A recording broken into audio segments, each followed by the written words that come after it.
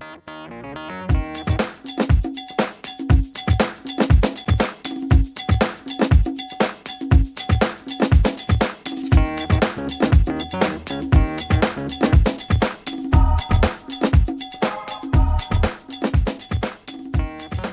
so we're going to do a really quick tutorial on how to create a signature for your email messages. One of the things that adds a nice level of professionalism to your emails is to have a signature. It's also a great way for you to make sure that your contact information is at the fingertips of whoever you're communicating with.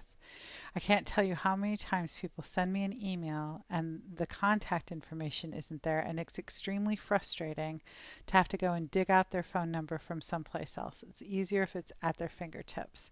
And there's no reason for you not to provide that information for them. So I use Gmail, but I'm sure these things can be found in just about any mail service. It's really simple. You just go to the settings, and if you scroll down, you can see where I've created my signature. But I'm just going to go ahead and delete it, and we're just going to start from scratch so I can show you how to make one. If you don't have one, this will be unchecked. Okay, so this is as if one did not exist. So you can select the font, you can select the size, you can do all kinds of fancy things to it if you want. So we're just going to go ahead and type information. Of course, the main thing you want to have is your name. You know, I don't worry about titles. If you want to give yourself a title, you can. I do add the company name, and I like to add what I'm about, which is my tagline.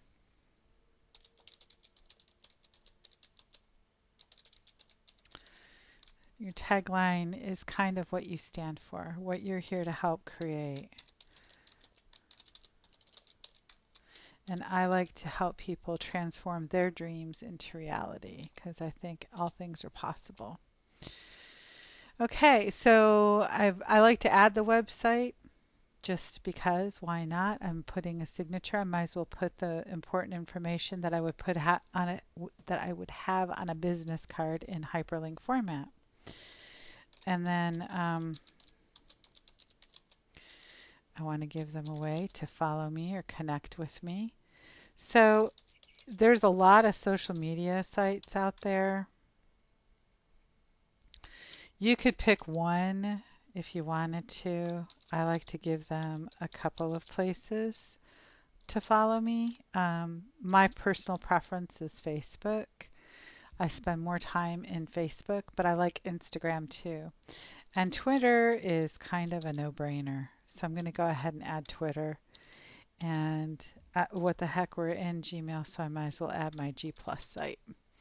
All right, so I like to put the text in here even though I know there's icons and images. I do this because sometimes people prefer text emails, and I want to be able to not have to worry about the graphics.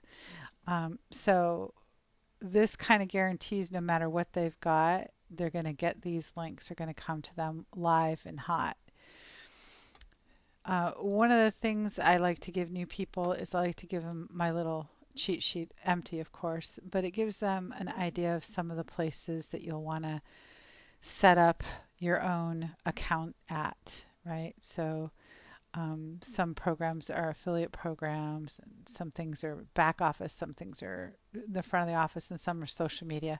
So I just put a cheat sheet, and it doesn't mean that you have to have all of these. It just kind of gives them an idea of some of the things that I like. They can modify this, but when you're first getting started, something like this is really handy for you to have because you're going to be using these to populate and fill in a lot of information when you're first getting going.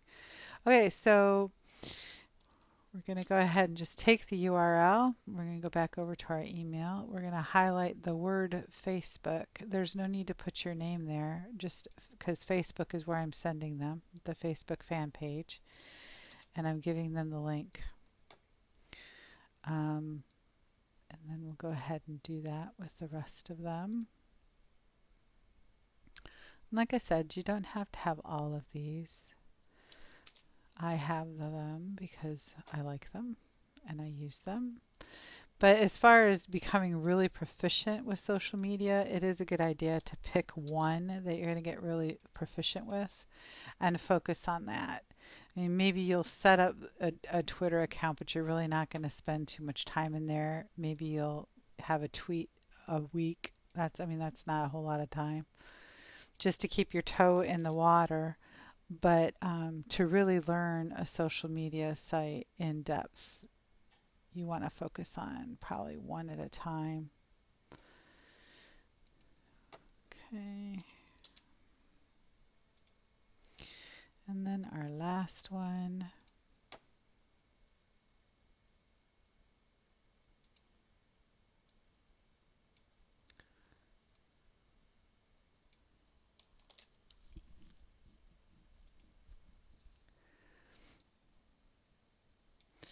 I get, some people say, "Oh, well, where's your what social media sites are you at?" And I can simply say, just tell me your email and I'll send you an email.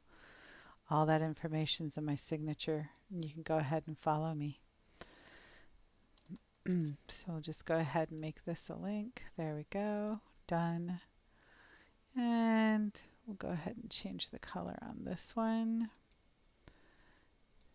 Like I said, you can kind of fancy it up, and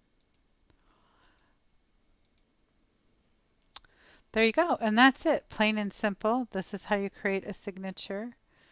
So also, if you want to go on vacations, this is also a good thing to remember to put your emails on vacation. Even if you're going on vacation, you're going to check your emails frequently. It's still a good thing to let them know, or if you're going to a conference so that they know, expect delays. Just helps to set people's expectations when they're communicating directly with your email. Now, of course, you're going to be using autoresponders probably for the majority of your communications, so you don't need to worry about it as much in that instance. But this helps with the more intimate conversations you're going to have with people. So go ahead and click Save Changes. And once you do that, there you go. You've got your signature all set up. So you just type in your information, type in your text, and go ahead and hit send. And everybody's got all of your information. They've got the name of your company, the direct link to your website. They know what you're about because you've got your tagline, and they've got your social media sites. So they can go ahead and check you out on social and follow you. All right, that's it. Thanks.